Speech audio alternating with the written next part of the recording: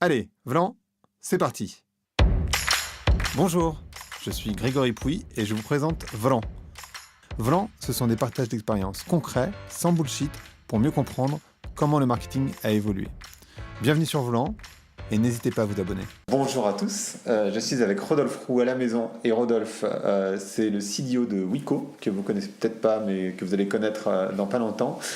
Rodolphe, je l'ai connu sans blague via ta femme, si je me trompe pas, via Clotilde. Je suis le Colombo du web, moi je parle tout le temps de ma femme aussi. C'est ça. Et il y a plusieurs choses qui me semblaient intéressantes dans une discussion. Est-ce que tu peux parler d'abord de l'usage du mobile en France, du smartphone en particulier, parce que ça me semble intéressant. Exactement. Alors en fait, déjà, il y a des indicateurs qui ne trompent pas. Souvent, nous, on rencontre énormément d'acteurs, que ce soit dans le B2B ou dans le B2C, qui considèrent et qui pensent que tout le monde utilise des smartphones de manière un peu qualitative, comme nous on peut le faire. En fait, c'est pas du tout la réalité. Juste quelques grands indicateurs. 72 millions de cartes SIM en France. 66 millions d'habitants. Oui, bon, alors ça, il y a plus de cartes SIM que d'habitants, ça c'est vrai. Mais ce qui est plus étonnant, c'est 33-35 millions de mobinautes. Ça veut dire qu'il y a quasiment 40 millions de cartes SIM. Alors, ça fait pas 40 millions de personnes, tu as bien fait le calcul, mais ça fait au moins 25 millions de personnes qui ont une carte SIM et qui ne vont jamais sur Internet.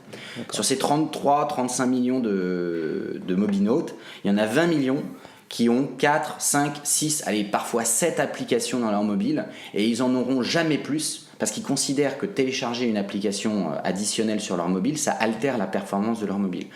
Il en reste 12-13 et sur ces 12-13 millions, il y a la moitié de mineurs.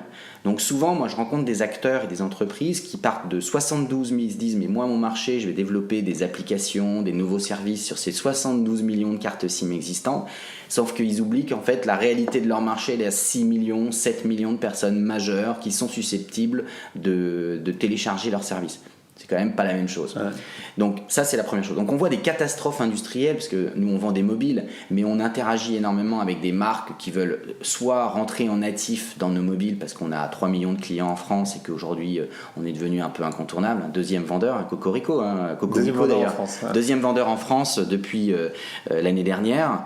Donc c'est le portable que les gens achètent pour leurs grands-parents ou pour non, c'est le téléphone qu'on achète parce que c'est le meilleur rapport qualité-prix, parce D'accord. que c'est celui qui est chez Auchan, Carrefour, Leclerc, Darty, Fnac et que j'ai envie aujourd'hui d'acheter mon téléphone sans abonnement parce que quand je vais chez certains grands opérateurs, en effet, je me dis que payer 50 € ou 60 € par mois, ou 60, bon peut-être pas 50, plus de 50, mais c'est trop cher dans mon écosystème.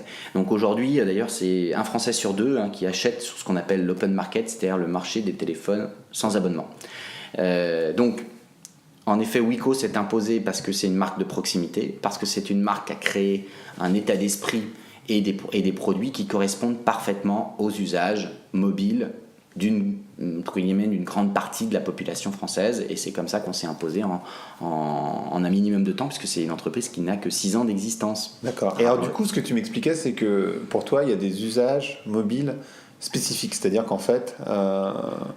pour les marques en tout cas, qui plutôt que de développer des applis. Ce qu'on constate en tout cas, c'est que les 3 principales questions qui sont un peu révélatrices de notre FAQ et de notre service client, c'est premièrement comment j'allume un smartphone.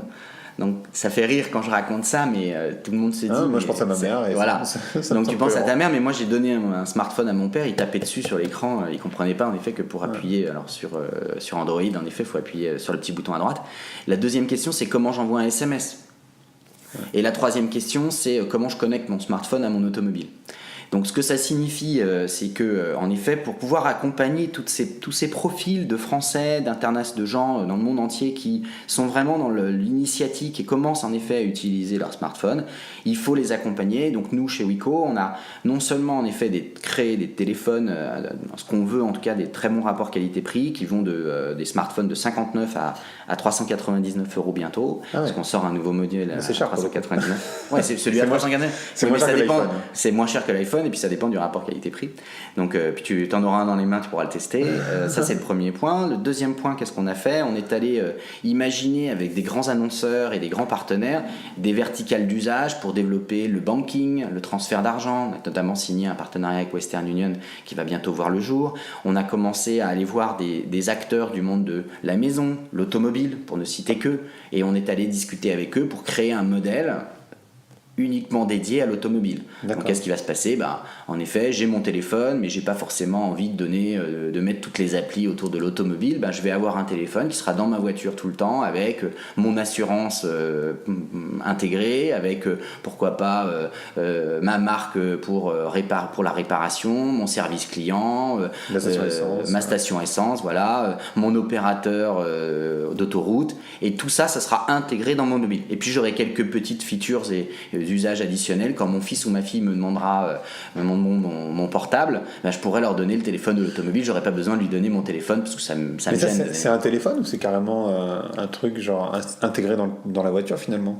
C'est un téléphone parce que c'est un device, donc ça se matérialise par un device.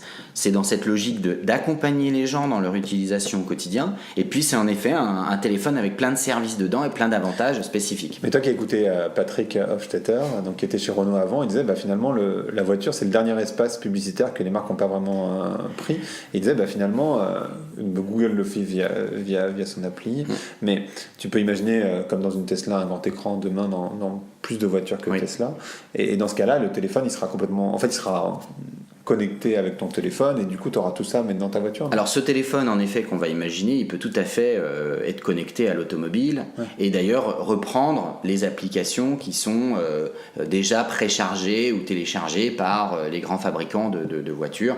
Et d'ailleurs dans cette verticale automobile, on discute avec des gens comme Renault, Peugeot, Nissan, Infiniti, etc., qui ont déjà en effet intégré dans leurs infrastructures technologiques des briques qui permettent en effet cet usage de mobilité. La réalité par contre, dans l'usage même, c'est-à-dire que ça c'est le projet à terme, mais dans l'usage aujourd'hui au quotidien, tu sais bien que tu utilises très très peu ton GPS, on l'utilise plus, on utilise Waze. Oui, bien sûr.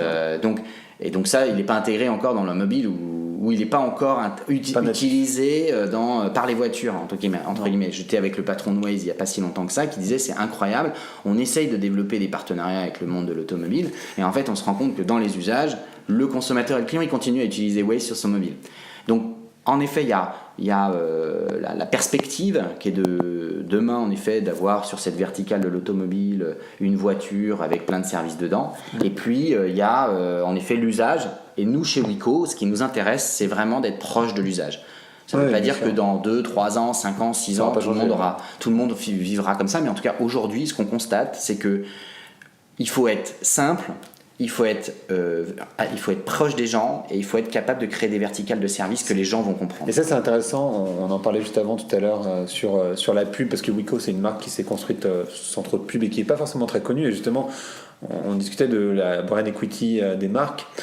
Il y a beaucoup de marques, les marques historiques se sont construites sur de la pub, la brand equity elle s'est construite comme ça, et aujourd'hui tu as Scott Galloway, donc le fondateur de L2, qui dit la marque que les clients vont préférer c'est la marque que Google ou que Amazon leur dit qu'ils doivent préférer, parce qu'il y a des reviews, parce qu'aujourd'hui le web ça permet de trouver des marques hyper verticales, donc vraiment sur des niches, et en fait les gens aujourd'hui c'est ça qu'ils cherchent, c'est-à-dire c'est bien sûr qu'il y a les marques génériques qui vous rassurent, toutes les marques de Procter ou Unilever ou quoi, ça j'imagine que ça rassure, même si le rachat de Whole Foods ça va faire bouger un petit peu les lignes, j'imagine, mais enfin bref, c'est une autre discussion. T'as quand même ce phénomène assez renversant qui est qu'en fait les gens aujourd'hui ils vont dans la longue traîne des marques, ils vont chercher précisément le produit dont ils ont besoin, donc c'est-à-dire le téléphone pas cher, simple, je sais rien, je prends le téléphone que je vais utiliser dans ma voiture, éventuellement que je vais utiliser dans ma voiture qui est une Renault Laguna, je sais pas quoi.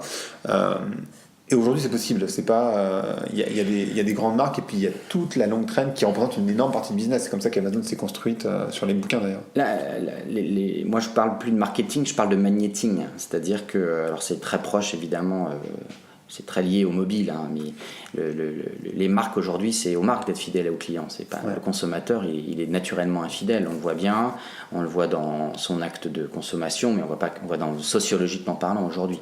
Donc nous, ce qu'on fait chez Wico, c'est qu'on essaye de créer des conditions pour que les gens ont envie d'acheter des Wico, non pas parce qu'ils ont vu une belle pub, même si on y travaille et que c'est un travail de longue haleine, mais parce qu'ils ont en effet un produit qui correspond à leurs usages, à leurs attentes.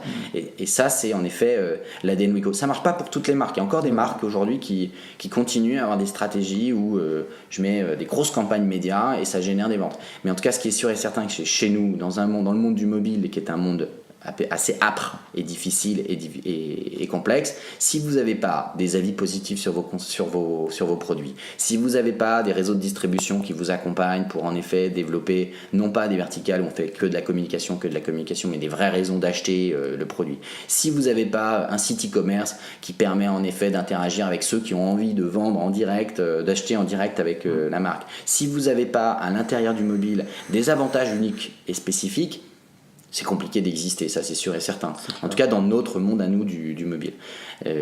Donc c'est enfoncer une porte ouverte que de dire aujourd'hui que Wico, qui est une entreprise qui a uniquement 6 ans d'existence, versus aujourd'hui c'est des acteurs qui sont entre guillemets ses concurrents, qui sont quand même historiques, des Samsung, des Apple, voilà. Nous en effet on a cette bizarrerie d'avoir plus d'1 million de visiteurs uniques aujourd'hui sur nos sites, alors que on a fait très peu d'achats médias et très peu d'achats web. Et tout ça, c'est lié à quoi ? C'est parce que les gens nous cherchent et les gens nous trouvent. Et d'ailleurs, c'est Georges-Édouard Diaz, donc l'ancien CDO du groupe L'Oréal, que je vais recevoir bientôt, qui a sorti un bouquin la semaine dernière, qui s'appelle Un manifeste pour l'hospitalité des marques, et qui explique justement que, en particulier chez L'Oréal, on lui a toujours appris que le client c'était la cible, et d'ailleurs on parle souvent de c'est quoi ma cible, quand on fait un brief à une agence, c'est quoi la cible, etc. Et il me dit, mais en fait, aujourd'hui, c'est les marques, aujourd'hui, ce sont les marques les cibles, c'est pas le consommateur qui est une cible. En fait, il faut te comporter comme une proie, et l'idée pour une marque, c'est de se faire attraper en fait. Et pour se faire attraper, il faut avoir de l'hospitalité, il faut répondre de manière, ce que tu expliquais très bien, de manière verticale à un besoin, pour que les gens vous trouvent et que les avis soient positifs évidemment, etc. C'est hyper intéressant ce renversement. Alors bien sûr, le VRM, ce qu'on appelle le VRM, le Vendor Relationship Management, qui est un vieux concept, qui a décollé plus ou moins, ce concept-là. C'est exactement ça, mais je trouve qu'effectivement ça prend énormément d'ampleur aujourd'hui, de dire c'est pas juste une question de service client, c'est une question de développer des produits qui correspondent vraiment à des usages hyper spécifiques. Il y a une verticalisation incroyable, on l'a vu dans la beauté, enfin moi je connais bien le monde de la beauté, donc on l'a vu dans le monde de la beauté, mais on le voit un peu partout. Aujourd'hui les gens ils veulent plus le sac hyper connu, ils veulent le sac qui me correspond à moi, et c'est pas qu'une question de personnalisation avec mon nom dessus, c'est une question de ça correspond précisément à mon besoin en fait. Ouais, nous, toute la verticale et toute la stratégie aujourd'hui digitale de Wico, qui est en train de se mettre un petit peu en mouvement depuis maintenant un peu plus d'1 an, c'est une verticale dont l'objectif au final est non pas de dire je suis la marque préférée du client, mais c'est une verticale qui impose que le client se dise je suis le client préféré de Wico. Ouais. Donc ça répond un peu à ce que tu dis. Et pour pouvoir faire ça, il faut être capable de reconnaître ce client, évidemment. Et ça, souvent, on parle de big data, mais nous, on est dans ne serait-ce que l'intégration aujourd'hui d'un client dans notre écosystème. Moi, je vois beaucoup d'entreprises qui disent nous, on est déjà dans le big data. Moi, la réalité de ce que je vois au quotidien, puisqu'on est dans Vlan, elle n'est pas tout à fait si évidente que ça. La deuxième chose, c'est je suis capable d'interagir et de parler avec ce client. Donc, on a repensé notre service client, on a mis en place évidemment des stratégies de réseaux sociaux un peu impactantes où on peut... On essaye de plus laisser une trace. Quand un client est mécontent de son Wico, on lui parle, on lui répond, on essaye de trouver des solutions de manière systémique. Et 3, d'anticiper les besoins. Alors ça, c'est ce qu'il y a de plus compliqué parce que naturellement, en fait, quand on interroge un client, il n'a pas de besoin fondamental. Surtout dans le mobile, il veut juste que son téléphone marche, qu'il y ait une bonne batterie, que ça capte. Sauf que comme en même temps, il y a un opérateur et puis il y a son usage à lui, il y a la manière dont il traite son téléphone, évidemment, c'est un petit peu plus compliqué. Mais si on est capable, en effet, de reconnaître le client, parler avec lui, anticiper ses besoins, à ce moment-là, on peut en effet être la proie, devenir une proie, comme tu le dis, Et c'est notre objectif chez Wiko, c'est une remise en question tous les jours parce que c'est pas évident. Mais c'est un changement culturel hyper fort en fait, c'est ça qui est intéressant. C'est culturel parce que tout le monde pense que c'est assez amusant. Moi j'ai la chance de travailler dans l'industrie, chez Seb, dans le tourisme, chez Pierre et Vacances Center Parks, et on pense que le client c'est juste normal de le considérer et de le mettre au centre des organisations, et en fait c'est pas vrai. C'est pas vrai. Enfin, ça devrait l'être, mais c'est pas le cas. C'est loin d'être vrai. Exactement. Et dernier sujet que je voulais aborder avec toi, je pense qu'on pourrait parler longtemps du centrage client des marques qui le sont en général pas. Enfin, en fait, les gens sont généralement centrés sur leur carrière, mais bref, ça aussi c'est un autre débat. Sur leur contrôle de gestion, peut-être aussi. Voilà, et aussi sur leurs actionnaires et sur leur contrôle de gestion. Enfin bref, en tout cas, clairement pas sur les clients. Dernière question qui me semble intéressante, c'était le rôle du CDO. C'est une discussion c'est intéressant parce que je trouve que à chaque boîte finalement il y a un CDO différent dans le sens rôle différent. Souvent on a tendance à penser que les directeurs digitaux sont des métiers qui sont passagers, c'est-à-dire qui sont là pour accélérer le digital. Toi, ce que tu m'expliquais, c'est qu'il y avait plusieurs rôles potentiels pour un directeur digital. Je pense que quand on rentre dans une organisation avec un titre qui est CDO, souvent c'est pour remplir des cases ou pour répondre à des interrogations ou pour traiter des sujets de manière directe ou transversale, et on ne peut pas appeler le CDO directement par une dénomination parce que ça peut poser des problèmes dans les organisations politiques, etc. Néanmoins, ce que je pense, c'est qu'il y aura l'évolution du CDO de demain, c'est... Souvent, je prends beaucoup un imaginaire animal, parce que dans les entreprises, finalement, on fonctionne beaucoup comme des animaux. Mais je pense que le CDO de demain, c'est un CDO qui d'abord assume son impact dans l'organisation. Aujourd'hui, il y a beaucoup de CDO qui existent, qui sont là, ils n'assument pas forcément leur impact, et ils ne sont pas forcément dans cette logique. On ne leur a pas demandé d'avoir de l'impact, on leur a demandé d'exister, de montrer qu'il y avait plein de choses. Donc ça, c'est la première, c'est la base. Et ensuite, pour moi, il y en aura trois. Soit c'est le CEO qui deviendra CDO.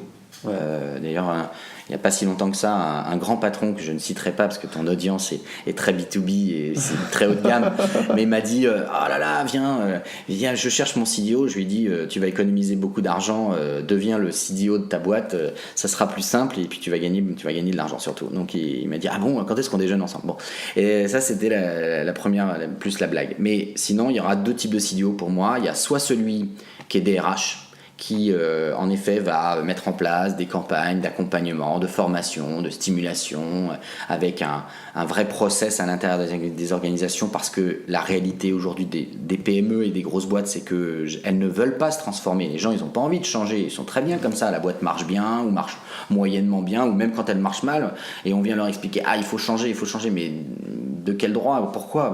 Non. Donc soit ça sera un DRH qui fera la mission de l'impossible, le changement culturel, l'ADN, donc le job impossible sur le papier, mais bon, ça arrive. Ou alors le CDO qui est plus dans ce que j'appelle le commercial 3.0, c'est-à-dire un CDO qui vient véritablement chercher de l'impact dans l'organisation en générant de la valeur. Moi, je suis plutôt dans cette logique. Je vends des téléphones, je l'assume. D'ailleurs, souvent, ça fait rire les gens quand on me dit mais qu'est-ce que tu fais dans la vie? Je dis je vends des portables, je vends des mobiles, et du coup c'est plus simple pour comprendre, et surtout ça, ce qui est incroyable, c'est que ça génère en effet de l'impact. C'est-à-dire que d'un coup on se dit ah oui, ok, il est là pour vendre des produits, il est là pour accompagner le business, et ça c'est génial. Ça peut être ça, et ça peut être aussi une transformation. Enfin, il y a plusieurs rôles aussi que tu peux imaginer. Ça peut être une transformation du business, c'est-à-dire tu vois ce qui se passe chez Accor, donc la transformation du business pur, c'est-à-dire en fait le business, en fait on se rend compte qu'on pourrait faire d'autres choses. Voilà. Il y a aussi, maintenant on utilise un CDO pour Chief Data Officer, c'est le même acronyme, mais c'est deux. Et ça peut être aussi une évolution du CDO, qui est autour de la data et de la gouvernance des data. Je n'ai jamais dit que j'avais raison, surtout. Non, je dis pas, j'envisage juste d'autres pistes. Génial. Ce podcast il s'appelle Vlan, donc. Et de manière récurrente, je demande à mes invités à quoi ou à qui il faudrait mettre un Vlan aujourd'hui, donc, claquer la porte, pas forcément de manière nominative évidemment, mais ça peut être ce que tu veux. Non, moi je voudrais pas claquer la porte, mais comme on est le lendemain des élections législatives et que on a quand même... Attention, je sais pas quand je vais diffuser. Ouais, alors c'était le lendemain, voilà, et que on a un nouveau président avec une nouvelle majorité élue. On le souhaite, en tout cas, il faut qu'il réussisse, parce que en effet, il incarne, je pense, qu'on ait ses opinions, ses idées ou pas. En tout cas, il incarne un véritable changement d'air pour la France. Et c'est ça qui est important. Et surtout, il va, j'espère, en tout cas, aider les jeunes entrepreneurs, les startups. Il y avait Vivatech la semaine dernière, c'était passionnant. Et ce qui est passionnant de voir à la fois, en effet, la vivacité des PME et en même temps, l'obligation finalement de tous ces grands groupes de devoir les accompagner.